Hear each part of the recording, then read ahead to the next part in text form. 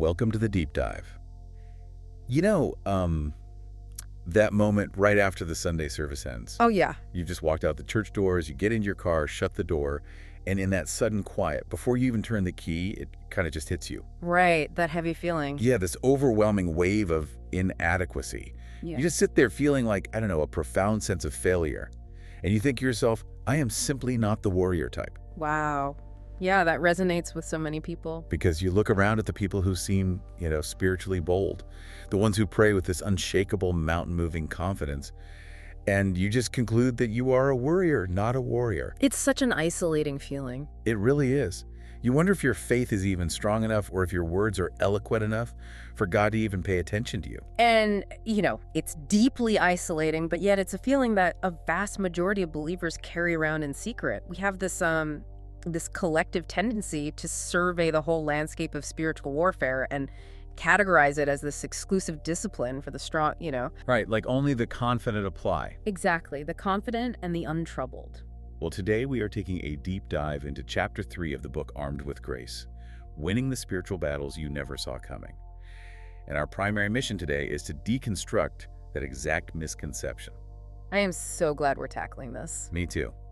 We're going to dismantle that paralyzing idea that you need perfect, unshakable faith to have spiritual authority or to experience genuine spiritual growth. The necessity of this deconstruction it cannot be overstated, because from a psychological and spiritual standpoint, the enemy frequently weaponizes our own desire to be good, faithful people. Oh, wow.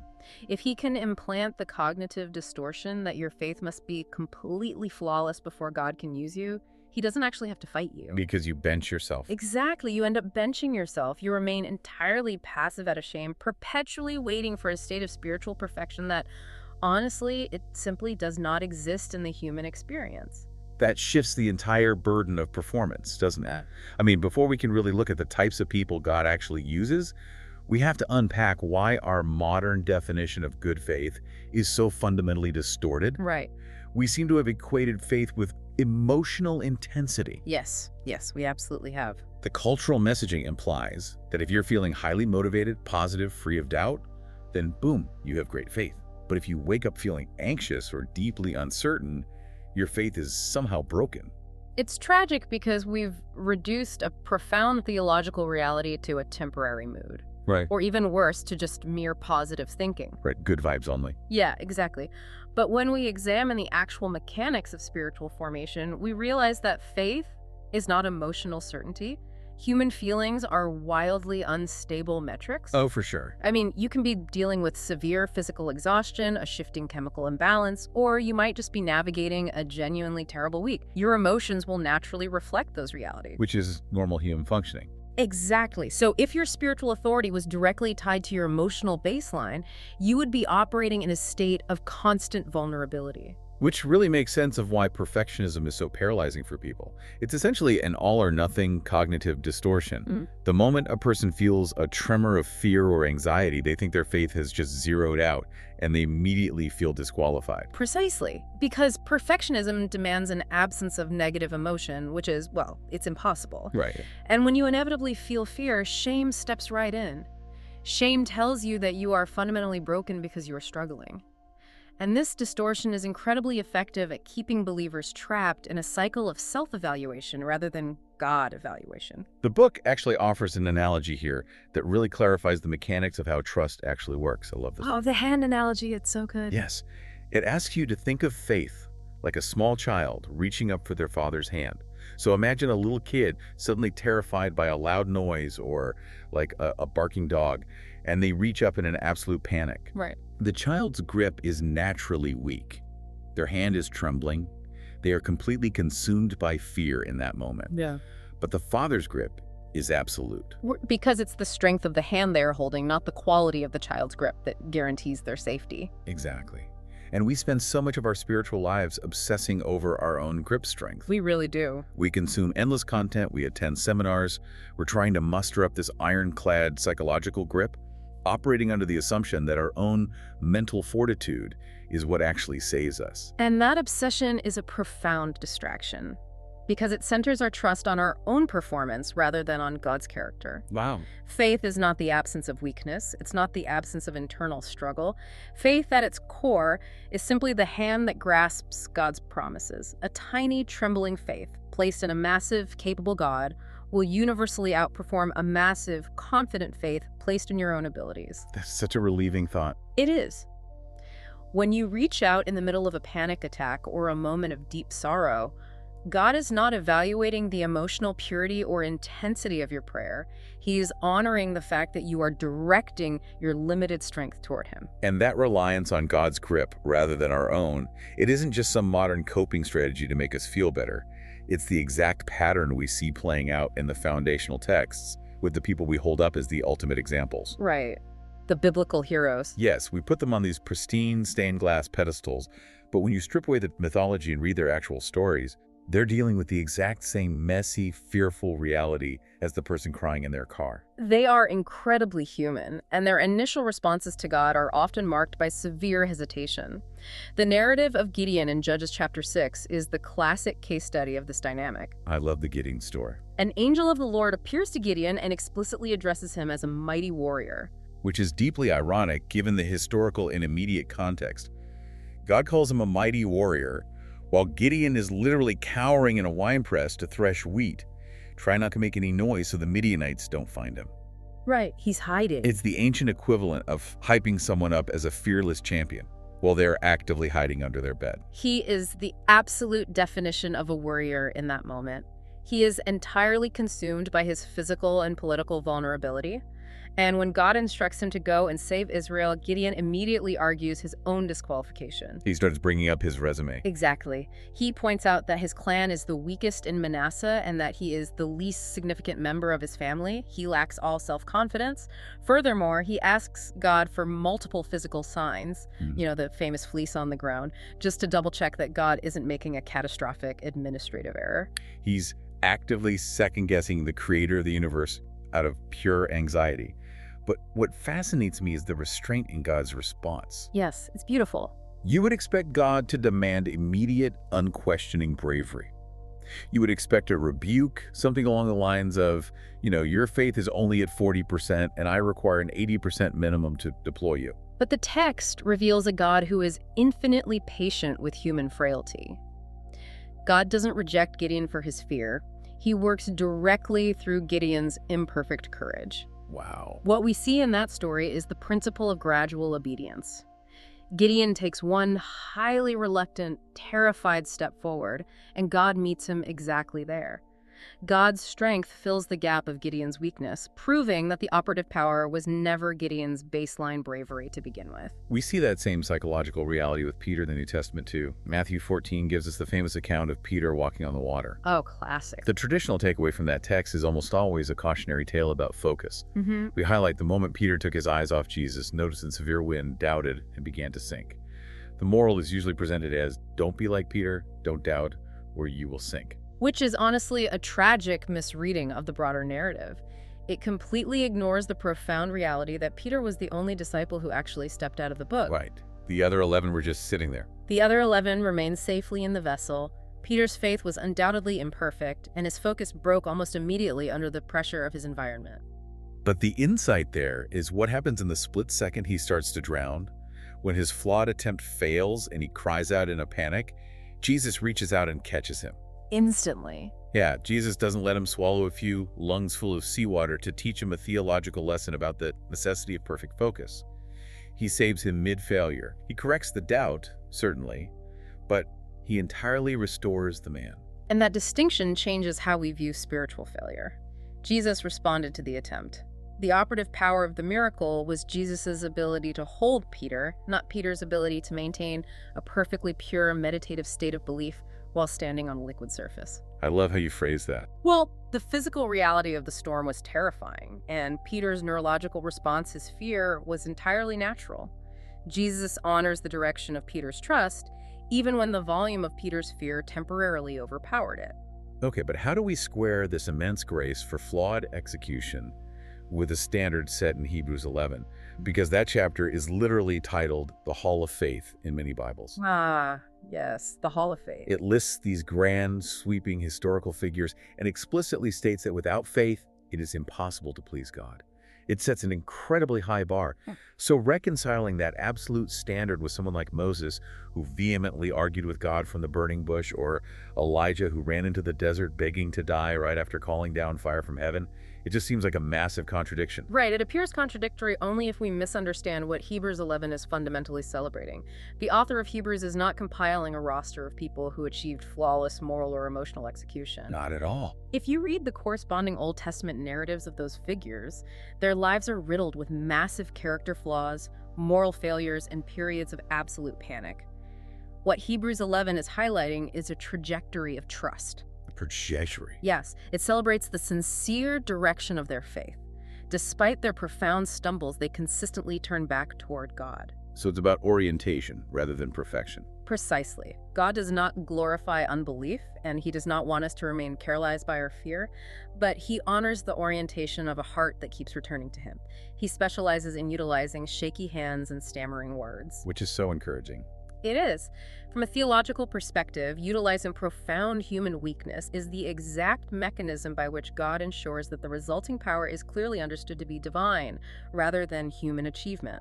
That completely reframes how we should handle moments of intense crisis when our theology itself feels shaky. Because if God uses people who are afraid, what happens when we are actively struggling to believe the core tenets of our faith? That's a very real place to be. When you're in the middle of a tragedy, and you aren't even sure if you believe enough for God to act, the instinct is to hide that doubt. We feel this pressure to clean up our theology before we approach him. To address that specific tension, the book points to what is arguably the most raw, psychologically honest prayer recorded in the biblical text. It's found in Mark chapter 9. The Father with the Son. Yes, a father brings his demon-possessed son to Jesus. The situation is catastrophic. The disciples have already tried to intervene and failed publicly. This father has been living in a relentless nightmare, watching his child suffer, completely exhausted by false hopes. He finally approaches Jesus and says, "If you can do anything, take pity on us and help us." And Jesus replies by challenging the word if, right? Saying, if you can, everything is possible for one who believes. Which forces the father to confront the reality of his own internal state. The father's response in verse 24 is entirely paradoxical. He immediately cries out, "I do believe, help me overcome my unbelief." It's so powerful. It is such a desperate, messy statement. He's simultaneously declaring his faith and admitting his complete lack of it. But what surprises me here is the reaction of Jesus. You would logically expect a religious teacher to demand clarity. Right, to fix his theology first. Yeah, you would expect Jesus to tell the man to go home, figure out his internal contradictions, resolve his unbelief, and return when he can articulate 100% certainty. But looking at it from a pastoral and theological perspective, Jesus' actual response reveals the very core of God's character. Jesus did not demand emotional or intellectual purity. He responded to the profound honesty of the man's faith, however fractured it was. He met him right there. He really did. Jesus looked at this exhausted, terrified father who was weeping over his son and essentially determined that this fractured offering was sufficient. He healed the boy immediately. The idea that God looks at our deeply flawed, contradictory trust and says, "That is enough, I will work with that," is a radical departure from how most of us view religion. It fundamentally alters your spiritual life when you realize that honesty does not offend God. What actually offends God is pretense. Oh, that's good. Pretense. Yeah, the performative aspect of modern faith, putting on our emotional Sunday best, pretending we have zero doubts, smiling through profound pain, it actually erects a barrier. When we pretend, we're essentially keeping God entirely outside of our actual reality. Because we aren't letting him see the real us. We offer him a curated avatar of ourselves to bless, rather than our true selves. But honesty, even when that honesty sounds like, "God, I don't know if I even believe you are listening right now," tears down that barrier. It invites him directly into the chaos. We act as though God is fragile.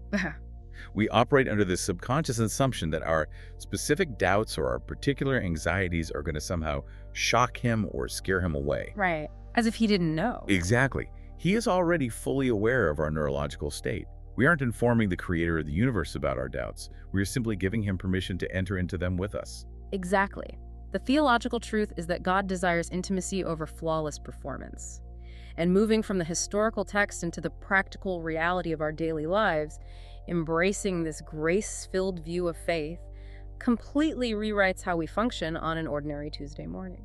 Let's bring this down to the ground level then, because, we aren't hiding from literal armies in wine presses, and we aren't stepping out of boats onto storm-tossed seas. Right, our battles look a bit different. We're dealing with morning commutes, difficult medical diagnoses, parenting struggles, and workplace anxiety.